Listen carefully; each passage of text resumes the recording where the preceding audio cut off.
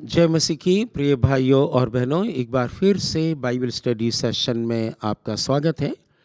जैसा आप जानते हैं कि हम लोग रोमियो की पत्री का अध्ययन कर रहे हैं और पिछले हफ्ते हमने रोमियो की पत्री 14वें अध्याय के पहले 12 वचन पर चर्चा की थी। आज हम उससे आगे बढ़ेंगे। प्रभु परमेश्वर, हम आपकी सहायता मांगते हैं। पवित्र आत्मा, आप सहायता कीजिए ताकि हम इन बातों को सीख सकें और अपने जीवन में लागू कर सकें और उत्तम इनाम पाएं। प्रभु यीशु के नाम में आमीन। आज 13वें वचन से हम लोग आगे पढ़ेंगे, इसलिए आगे को हम एक दूसरे पर दोष ना लगाएं, पर तुम यही ठान लो कि कोई अपने भाई के सामने ठेस या ठोकर का कारण ना रखे। मैं जानता हूँ और प्रभु यीशु से मुझे निश्चय हुआ है कि कोई वस्तु अपने आप से अशुद्ध नहीं है, परंतु जो उसको अशुद्ध समझता है उसके लिए अशुद्ध है। यदि तेरा भाई तेरे भोजन के कारण उदास होता है तो फिर तू प्रेम की रीति से नहीं चलता जिसके लिए मसीह मरा, उसको तू अपने भोजन के द्वारा नाश ना कर। अब तुम्हारी भलाई की निंदा ना होने पाए, क्योंकि परमेश्वर का राज्य खाना पीना नहीं परंतु धार्मिकता और मिलाप और वो आनंद है जो पवित्र आत्मा से होता है।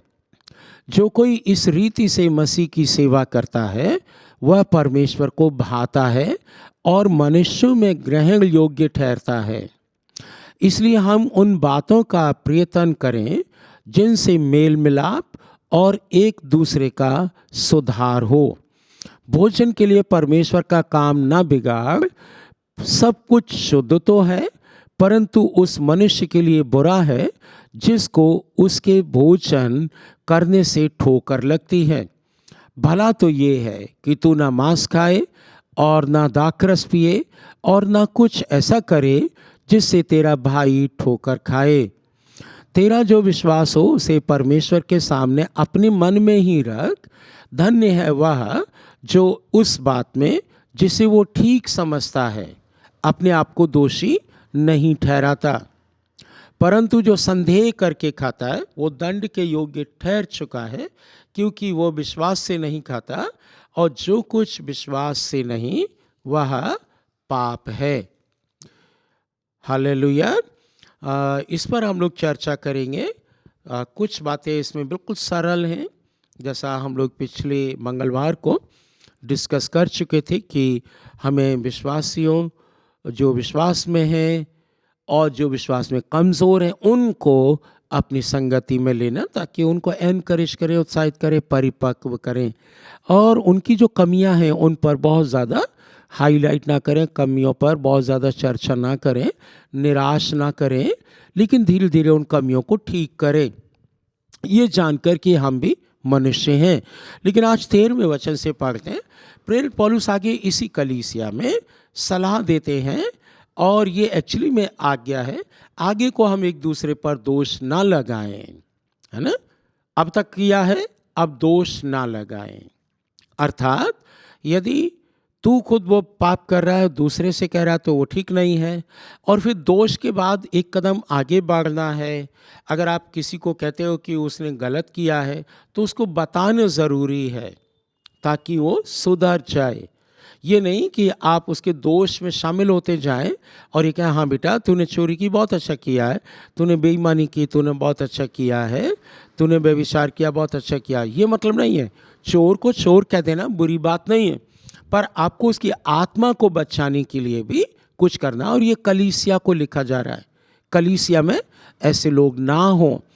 तुम यही ठान भी लो कि कोई अपने भाई के सामने ठेस या ठोकर का कारण ना बने। आज देखो, एक ही चर्च के लोग अपने ही चर्च के लोगों के लिए ठोकर का कारण बनते हैं और ठेस का कारण बनते हैं, जलन का कारण बनते हैं। हमारी चर्च में भी ऐसा हुआ कि हम सोचते थे एक सिस्टर है, वो बहुत प्रेम करती है, लेकिन धीरे धीरे प्रभु ने दिखाया कि वो जलन से भरी हुई है।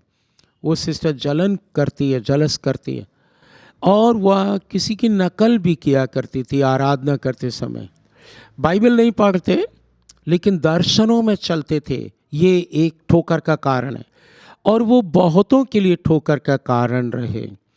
आज ये करें अपने जीवन में, मेरे जीवन से किसी को ठेस ना पहुंचे। प्रेरित पौलुस ने एक जगह कहा, कोई तेरी जवानी को तुच्छ ना जाने। प्रेरित पौलुस ने तीमुथियुस को लिखा। आपकी जवानी हो, बुढ़ापा हो, बचपना हो, अगर आप समझदार हैं, विश्वासी व्यक्ति हैं, तो किसी के सामने ठोकर का कारण ना हो, किसी को ठोकर ना खिलाएं। रुपए पैसे के मामले में आज मैं जहाँ जहाँ सुनता हूँ, लोगों ने ठोकरें रखी हैं लोगों के सामने। अच्छे बन के उन्होंने पैसे ले लिए और जब पैसे देने की बारी आई तो झगड़ा कर लिया। ये ठोकर का कारण है, ये ठोकर का कारण है और ये ठोकर का कारण बहुत लंबा चलता है। वो व्यक्ति जिसने आपको पैसे दिए या आपकी सहायता की, वो दोबारा फिर दूसरे के साथ नहीं करेगा। आपने अपना भी मार्ग बंद कर लिया, ठोकर रख कर, ठोकर का कारण बनकर, और दूसरे का मार्ग भी बंद करवा दिया। क्या परमेश्वर इसको पसंद करेगा? नो। बाइबल मना करती है कि तू अपने भाई के सामने ठेस या ठोकर का कारण ना रखे, ना बने। आज रात में जब आप सोते हैं, आप विचार कीजिए कि आपने कितने लोगों को ठोकर खिलाई। जब मैं यहाँ फेल्ड लोगों को देखता हूँ जो असफल हुए हैं, और कई बार मूर्ख लोगों को देखता हूँ जो क्रिश्चियन कहते हैं परंतु उनके फैसले बड़े गड़बड़ वाले होते हैं। उनको बता दिया जाता है वहाँ नौकरी है, वो तुरंत बोरिया बिस्तर उठा के भाग जाते हैं। कोई बातचीत नहीं करते, हिसाब किताब नहीं लगाते। किसी से कह दिया जाता है कि तुम बिजनेस कर लो, ऐसा वो लंबी चौड़ी बातें हाँक देते हैं और तुरंत हल्ला गुल्ला अनाउंसमेंट कर देते हैं पूरी कॉलोनी में, पूरे चर्च में। लेकिन वो बैठकर हिसाब नहीं लगाते और फिर क्या होता है, वे दूसरों के लिए ठोकर का कारण बन जाते हैं। जो वायदे उन्होंने किए वे वायदे पूरे नहीं हो पाते, फिर लोगों को उनसे ठेस लगती है। इसलिए मेरे प्रिय मित्र, जो काम आप कर सकते हैं केवल उतना ही कहिए। अगर आप ठीक बिजनेसमैन हैं और आपने बिजनेस करके अपने लिए फ़ायदा कमाया और वो फ़ायदा दिखता है, तो आप दूसरे लोगों को बिजनेस के लिए उत्साहित कर सकते हैं, ट्रेनिंग दे सकते हैं। अगर आप ही गड्ढे में पड़े हैं तो दूसरे को गड्ढे में मत ले जाइए। ये ठेस का कारण होता है, ठोकर का कारण होता है। आपकी बातें लोगों को ठोकर खिलाती हैं। आपने किसी से पैसे लिए, वापस नहीं किया, आपने ठोकर का कारण बना दिया।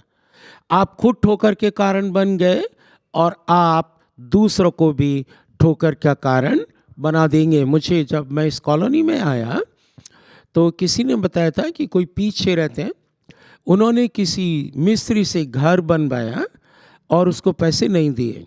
और बाय द वे वो पास्टर कहलाते हैं। कितनी बात सच है कितनी झूठ है मुझे मालूम नहीं, परंतु ये गवाही अच्छी नहीं है।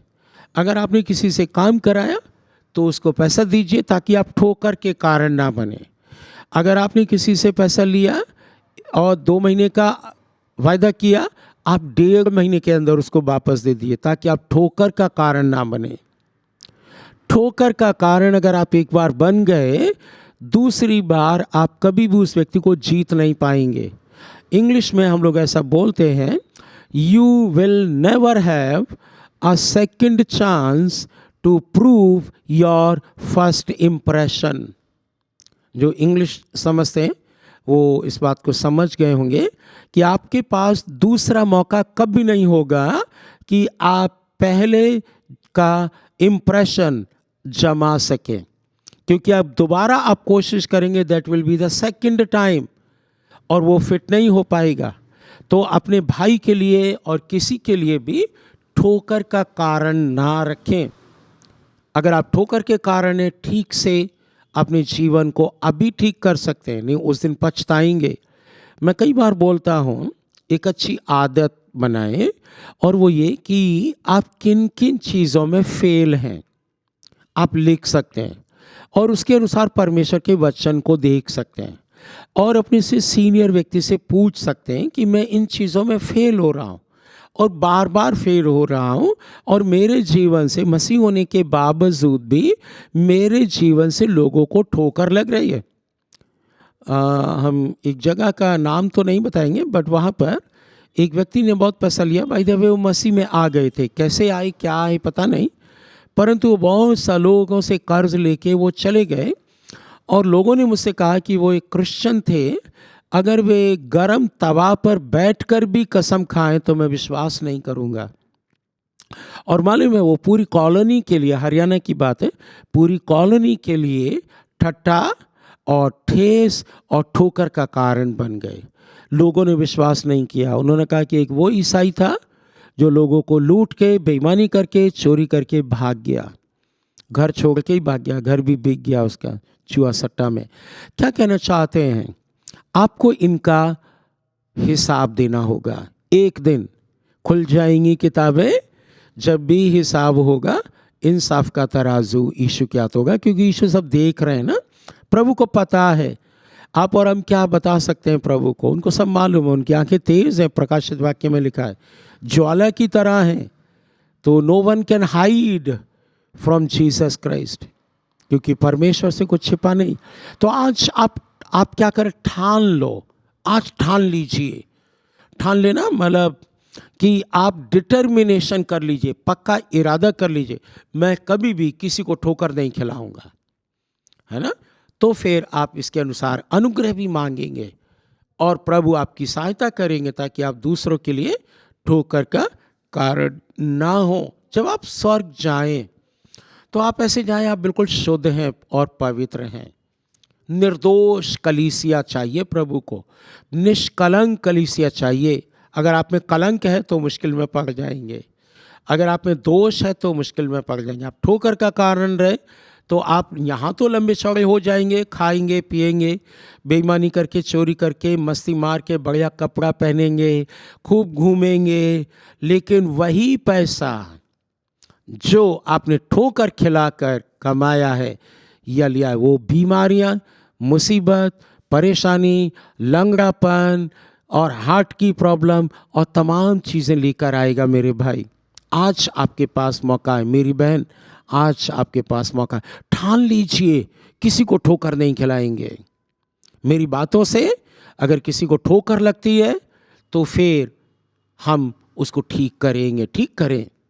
आजकल तो अनफॉलो कर देते हैं। अगर एक पास्टर को सही बात बताई जाए तो पास्टर गुस्सा होता है और इधर उधर घूम घाम के जाने कौन से वचन उठा लेता है। वो संपूर्ण काउंसिल पर विश्वास नहीं करता है। मैं कई पास्टर लोगों से बातचीत करता रहता हूँ तो मुझे पता चल जाता है। वो एक बात ले आते हैं और बड़ी चालाकी से लाते हैं, बहुत ही चालाकी से। और जब मैं रात में प्रभु से पूछता हूँ तो प्रभु कहते बेटा ये वचन पढ़, तब समझ में आता हो ये तो चालूपंथी की बात है। हालेलुया।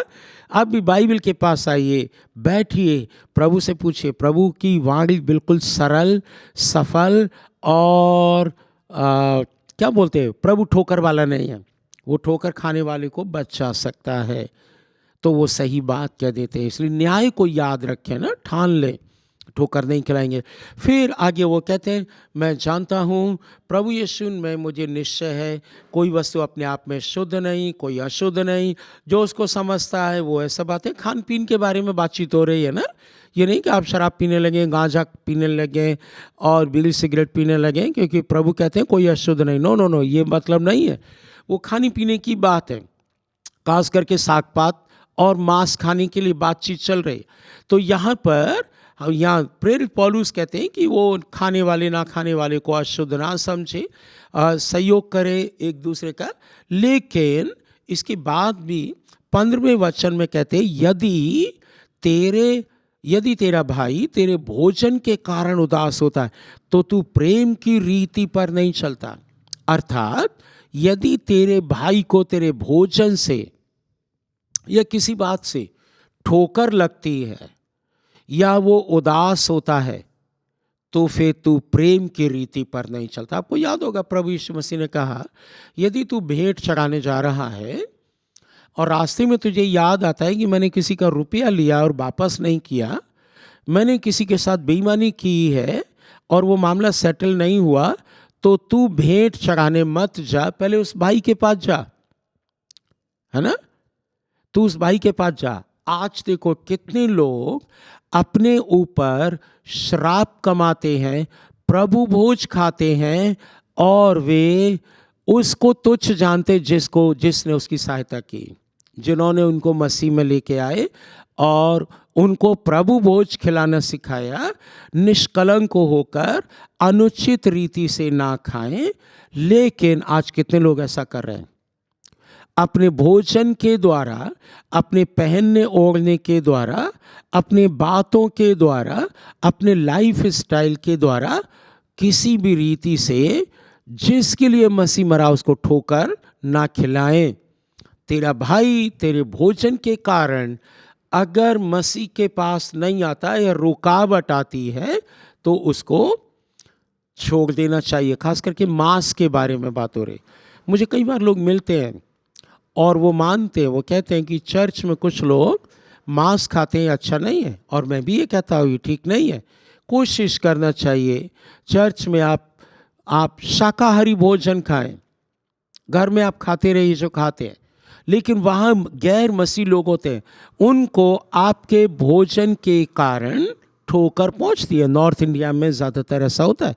तो कोशिश कीजिए कि आपके कारण ठोकर ना लगे। हम मसीह के रीति पर चलें, मसीह की रीति पर, प्रेम की रीति पर चलें। तो जब हम दूसरे से प्रेम करेंगे तो क्या फ़ायदा होगा कि हम अपना बलिदान करेंगे। बलिदान करें। मसीह जीवन प्रेम का ही जीवन है। मसीह जीवन क्षमा का जीवन है। मसीह जीवन पवित्रता का जीवन है, शुद्ध जीवन है। कोई तेरी जवानी को तुच्छ ना जाने।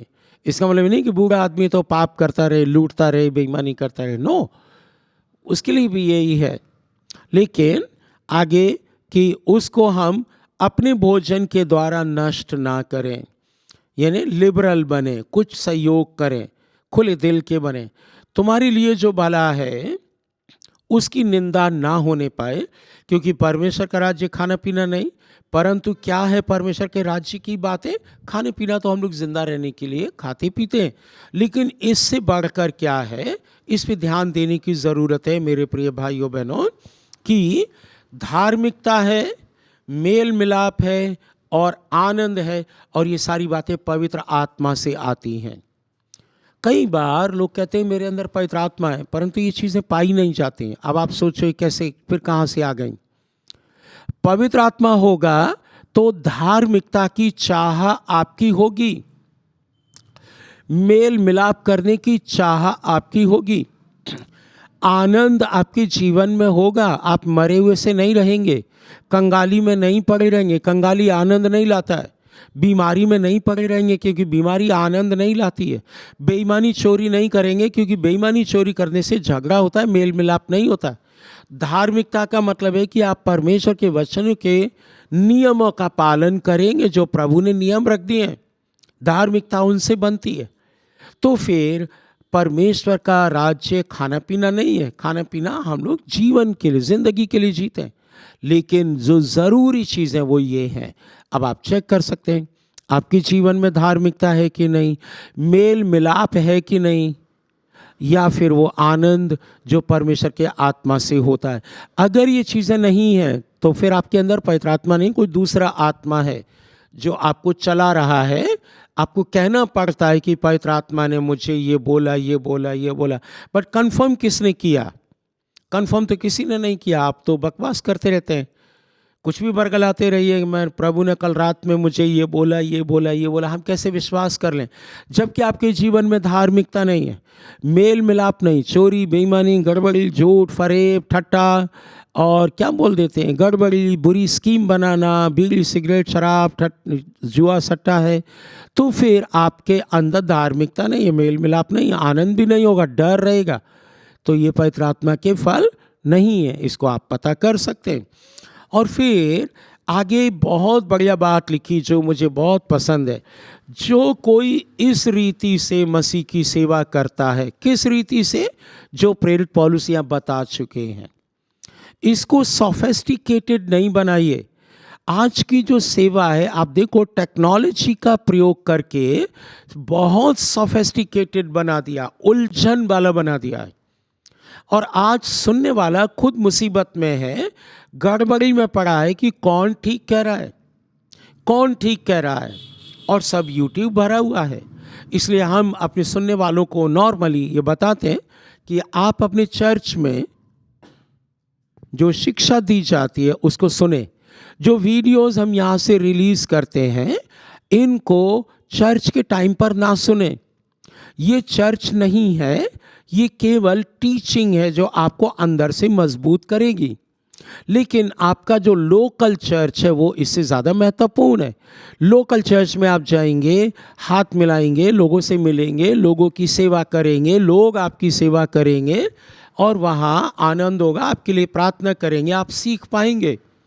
ये बहुत आवश्यक है ताकि आपकी ज़रूरत के अनुसार आपका परमेश्वर का दास, पास्टर, जिसको प्रभु ने वहाँ रखा, वो आपकी अगुवाई करेगा। तो जो वीडियोस आप देखते हैं वो फालतू टाइम में देखें। और मैं ये भी कहना चाहता हूँ क्योंकि बहुत बड़ा कन्फ्यूजन है, वीडियोस में भी बहुत बड़ा कन्फ्यूजन है, सोफिस्टिकेटेड शिक्षाएं बना दी, कठिन कठिन। एक तो उनको अपना चर्च लगाए रखना है, तो उनको कुछ नई बात बतानी है, चाहे वो कुछ भी हो, और उनको लौट फेर के ये बताना है कि तुम ये करोगे तो तुम धनवान बन जाओगे। लेकिन ऐसी शिक्षाएं परमेश्वर की ओर से नहीं। आपको ये बताना होगा, आपको ये सुनना होगा कि जो कोई इस रीति से मसीह की सेवा करता है, इस रीति से सेवा करने वाले बहुत कम लोग हैं, वह परमेश्वर को भाता है और दूसरी बात मनुष्यों में ग्रहण योग्य ठहरता है। आपको एक बात बताएं, हम करीब पिछले 5 सालों से वीडियोस बना रहे हैं और गांव में और शहरों में और यहाँ दिल्ली में भी सेवा करते हैं। अभी तक मेरे विरुद्ध में और हमारी टीचिंग के विरुद्ध में किसी ने विरोध में कोई वीडियो नहीं बनाया, कोई मुझे फ़ोन करके नहीं बोला कि तेरी शिक्षा खराब है और तू गलत बता रहा है, बाइबल ये कहती तू ये कहता है। क्यों? क्योंकि हमने ये ठाना है कि हम मसीह की सेवा इस रीति से करेंगे जो बाइबल कहती है।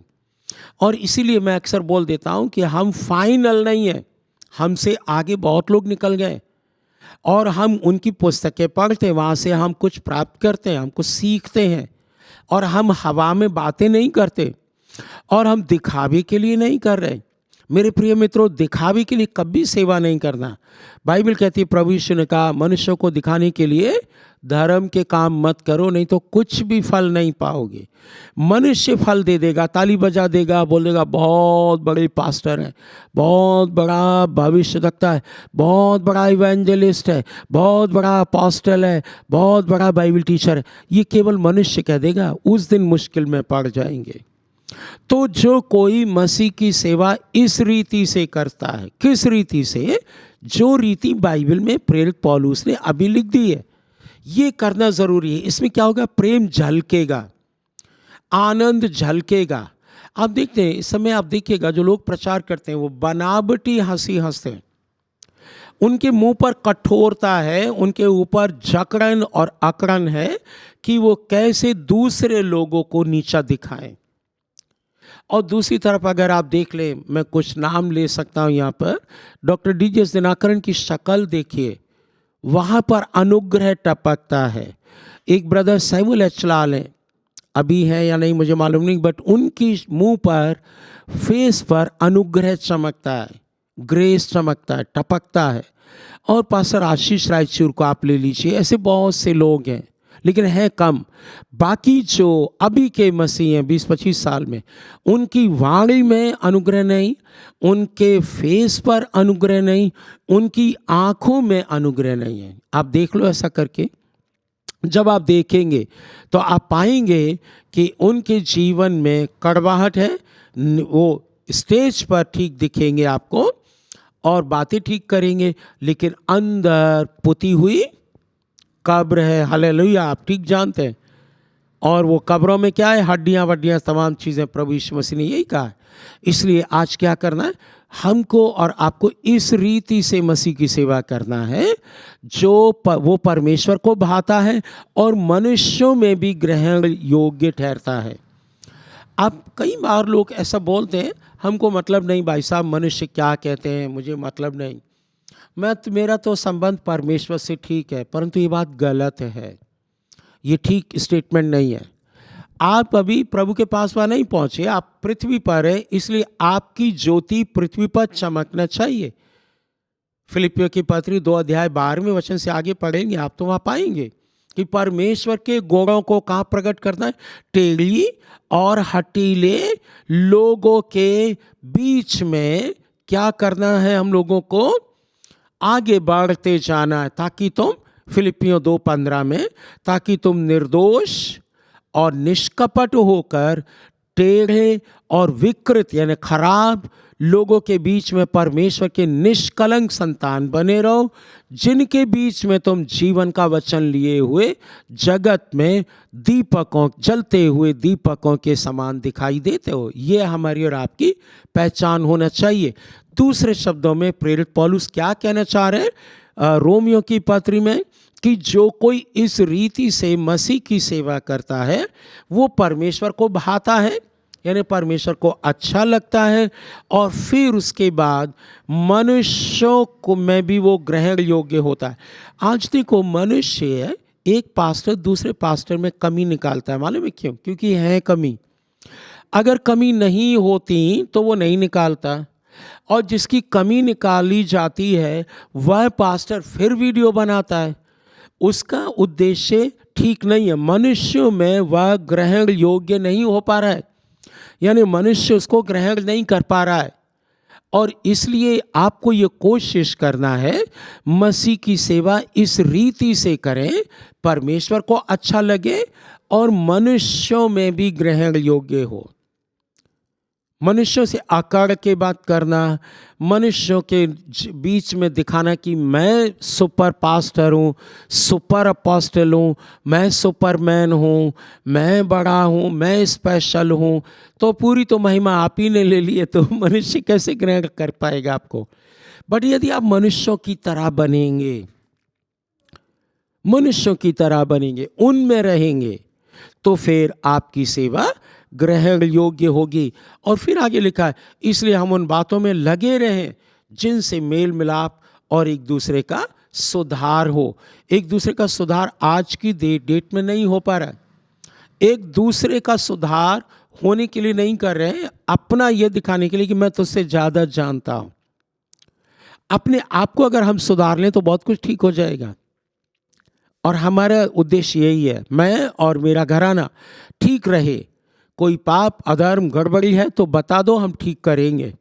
लेकिन अगर आज के पास्टर को बताया जाए तो वो काउंटर करता है, दूसरे वचन निकाल के उसका विरोध करने लगता है, और वो ठीक नहीं है। Yes, we appreciate whole council of the word of God. प्रेरित पौलुस ने कहा, मैंने तुम्हें सारे वचन का अभिप्राय बता दिया। इंग्लिश में ठीक है, हिंदी में थोड़ा ठीक समझ में नहीं आएगा। होल काउंसिल ऑफ गॉड, परमेश्वर के वचन की होल काउंसिल। परमेश्वर का वचन संपूर्णता में क्या कहता है ना? एक वचन उठा के नहीं कह सकते आप, 2 वचन उठा के नहीं कह सकते, नहीं तो उससे क्या होगा, आपके मन की इंटेंट पता चल जाएगी। कुछ लोग अंदर से छल रखते हैं, बाहर ठीक से बात करते हैं, परंतु मुश्किल पड़ जाएगा वो। I haven't let anyone keep me from telling you everything God wants you to do. ये प्रेरितों के काम 20 अध्याय 27वें वचन में लिखा है, होल काउंसिल। मैंने तुमको whole council, for I have not shunned to declare to you the whole council of God. प्रेरित पौलुस जब जा रहे हैं इफिसियों की पत्री को, इफिसियों के चर्च को छोड़कर, तब वो ये बातें बता रहे हैं कि मैंने तुम्हें सारी बातें जो ज़रूरी हैं बता दी, अब तुम जिम्मेदार हो। एल्डर्स को जिम्मेदार ठहरा दिया था उस समय। तो आज आप भी करें और हम भी करें कि मेल मिलाप हो और एक दूसरे का सुधार हो। इसके लिए आपको हृदय खुला रखना पड़ेगा, ट्रांसपेरेंट रखना पड़ेगा। ये नहीं कि बातें कुछ और है, मन कुछ और है, तब ठीक नहीं रहेगा। प्रभु जानता है, आज तो आप ठीक हो जाएंगे, चौड़े चौटे दिखेंगे, बड़े दिखेंगे, लंबे चौड़े दिखेंगे, गोरे दिखेंगे और बढ़िया कपड़ा में दिखेंगे, लेकिन उस समय आप कंगाल बन जाएंगे और नरक की भागीदार बन जाएंगे। आज ठीक कर सकते हैं। 20वां वचन, भोजन के लिए परमेश्वर का काम मत बिगाड़, सब कुछ शुद्ध तो है, परंतु उस मनुष्य के लिए बुरा है जिसको उससे ठोकर लगती है। मांस के लिए बताया जा रहा है, तू खाता है तो खाता रहे, परंतु यदि किसी को ठोकर लगती है उसके लिए बुरा है, उसके लिए तू परमेश्वर के काम को मत बिगाड़। इसीलिए हम लोगों की ऐसी रीति है कि शुद्ध शाकाहारी भोजन रखा जाए ताकि किसी को ठोकर ना लगे, चलते फिरते व्यक्ति भी उसको खा सके। यदि तू कुछ खाता है ऐसी चीज़ें, तू कुछ पीता है, तू ऐसे कपड़े पहनता है जिससे लोगों को ठोकर लगे, जो मसीह के पास नहीं आएंगे, तो तू उनका जिम्मेदार ठहरेगा। अंत के दिन तुमसे उनका हिसाब लिया जाएगा। मेरे प्रिय मित्रों, be serious about the service of God. आप जोकर नहीं है, आप सुपरमैन नहीं है, आप भक्ति अपनाइए। मुझको और आपको ये करना है। हम अपने चर्च में चाहते हैं, जिस चर्च की हम लोग अगुवाई करते हैं, भक्ति हो, वहाँ पर पवित्रता हो, हंसी ठट्टा नहीं, गड़बड़ी नहीं, गलत शब्द नहीं। और फिर वो आदत में आ जाएगा तो गलत शब्द बाजार में भी नहीं कहेंगे, हम लोग ठोकर का कारण नहीं बनेंगे। और फिर आगे लिखा हुआ है, भला तो यह है कि तू मांस ना खाए, क्योंकि मांस के कारण बहुतों को ठोकर लगती है। शराब भी मत पी, क्योंकि शराब के कारण ठोकर लगती है। और ऐसा कुछ भी ना करे जिससे तेरे भाई को ठोकर लगती है। क्या आप ऐसे हैं? क्या आपने कुछ ऐसा किया है कि तुम्हारा अपना भाई, अपने ही लोग, मसीह के लोग या फिर अन्य जाति आपके कारण ठोकर खा गए हैं? देखिए, चेक कीजिए और मरने से पहले इसको ठीक कर लीजिए, नहीं आप पछताएंगे। तेरा जो विश्वास हो उसे परमेश्वर के। अब इसमें एक सॉल्यूशन भी दिया हुआ है। यस, आप कहते हैं ठीक है, तो आप उसको अपने मन तक रखो और प्रभु के सामने आप उन बातों में दोषी ना ठहरें। आपका विवेक आपको दोषी ना ठहराए। अगर विवेक दोषी ठहराता है तो ज़रूर उसको ठीक कर लीजिएगा। फिर 23वां वचन, परंतु जो संदेह करके खाता है वो दंड के योग्य ठहर चुका, क्योंकि वो विश्वास से नहीं खाता, परंतु और जो कुछ विश्वास से नहीं वह पाप गिना जाता है।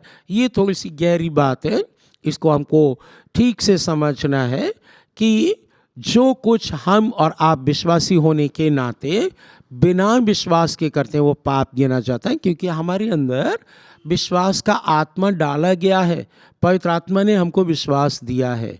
तो हम लोगों को क्या करना है? एक जगह लिखा है, जो कुछ तुम्हारे सामने रखा जाए उसे खा लो धन्यवाद करके। लेकिन यदि आप जानते हैं कि किसी को ठोकर लगती है आपके खाने से, आपके पहनने से, आपके पीने से, तो फिर वो ना करें। और परंतु जो संदेह करके खाता है वह दंड के योग्य ठहर चुका। So don't have the place for suspicion और डाउट। आप धन्यवाद करके खाएं, विवेक को शुद्ध रखें, और भला तो यह है कि आप मांस ना खाएं और शराब ना पिएं। हालेलुया। आप देखेंगे कि अगर मसीह समाज इस बात को मान लेता तो आज भारत देश आधे से ज़्यादा मसीह में होता। मसीह लोगों के मीट खाने और मसीह लोगों के शराब पीने के कारण बहुत से लोग मसीह में नहीं आ पाए। मैं अपनी बात बताता हूँ। हम करीब 12-13 साल एक घर में रहे और हमारी मकान मालिक थे, और हम लोगों ने शादी के बाद उसको खाली करना चाहा। वो हम लोग को बहुत प्रेम करते थे, मसीह के लोग वे नहीं थे, लेकिन हम लोगों से बहुत इम्प्रेस थे। और फिर एक दिन मकान मालिकिन को कभी मैं सिस्टर भी बोलता था, आंटी भी बोलता था, और उन्होंने एक दिन कहा, भैया आप 12-13 साल रहे यहाँ, बहुत अच्छा लगा, आप जा रहे हैं, अच्छा नहीं लगेगा, परंतु एक चीज़ है, हम भी वही मानना चाहते थे जो आप मानते हैं। प्रभु यीशु पर विश्वास करना चाह रहे थे, बट मैं 2 कारणों से नहीं कर पाई। और मैंने पूछा कि क्या कारण है सिस्टर? उन्होंने बताया कि मसीह बनने के बाद मुझे मांस खाना पड़ेगा और शराब पीना पड़ेगा और डांस भी करना पड़ेगा, तो ये चीज़ें मुझसे नहीं होंगी, इसलिए मैं ईसा मसीह के पास नहीं आई। लेकिन आपका धर्म बहुत अच्छा है, एक ही आप विश्वास करते हैं, एक ही प्रभु है आपका, हमारे पास ढेर सारे हैं। और वो उस समय की बात थी जब हम लोग निकल रहे थे। मैंने कहा, सिस्टर ये बिल्कुल बात नहीं है, आपको मांस नहीं खाना पड़ेगा, आपको शराब नहीं पीनी पड़ेगी, आपको डांस भी नहीं करना पड़ेगा डीजे पर। तो फिर उन्होंने कहा अच्छा ये बात है, अगर ऐसी बात होती तो मैं ज़रूर यीशु मसीह के पास आ जाती। आप समझ सकते हैं कितनी गहरी बात है। आप इसमें हाँ ना और अपनी तिकड़ी में फंसा सकते हैं, नहीं ऐसा हो गया कि वैसा हो गया, परंतु एक्चुअली में सही बात यह है कि कहीं ना कहीं उनको ये सिखाया या बताया गया है, उन्होंने देखा कि क्रिश्चियन लोग ऐसा करते हैं, जो उनके लिए ठोकर का कारण हो गया। प्रिय मित्रों, आपके खाने से और पीने से, रहन सहन से अगर किसी को ठोकर लगती है, आपके अपने भाई को, मुझे ठोकर लगती है, मैं पास्टर हूँ, अगर मेरे चर्च के लोग कुछ गड़बड़ी करते हैं तो और मुझे ठोकर खिलाते हैं तो दंड प्रभु उनको देगा। हम उनको ठोकर खिलाते हैं, प्रभु हमको दंड देगा। तो आज हम यहीं पर रुक जाते हैं। आज देखना है हम लोगों को कि क्या हमारी सेवा परमेश्वर के प्रति ग्रहण योग्य है, उसको भाती है और लोगों को भी भाना चाहिए। मैक्सिमम लोगों को भाना चाहिए। मैं नहीं कह रहा कि 100% लोग आपको अप्रिशिएट करेंगे, 1% ऐसे हो सकते हो, 90%, 99% लोगों को पसंद आना चाहिए। अगर आपकी सेवा को 50% लोग बुरा कह रहे हैं या 10% भी बुरा कह रहे हैं तो भी आप ठीक करिए उसको। ये आपके लिए आवश्यक है और मेरे लिए भी आवश्यक है। परमेश्वर आपको आशीष दे। अगले सेशन में हम लोग रोमियो की पत्री 15वें अध्याय का अध्ययन करेंगे। तब तक प्रभु आपको आशीष दे। भक्ति का जीवन बिताएं, कमरे में बैठ जाएं, प्रभु की आवाज़ सुने, पाप को अधर्म को दूर करें और गड़बड़ियों को ठीक करें। फेलियर्स को लिख लें, कहाँ कहाँ असफल हुए हैं और उनको ठीक करें, एक एक करके ठीक करें। हम इसमें आपकी सहायता कर सकते हैं। आप मुझे कॉल करेंगे, हम आपकी इसमें सहायता करेंगे। प्रभु आपको आशीष दे। जय मसीह की।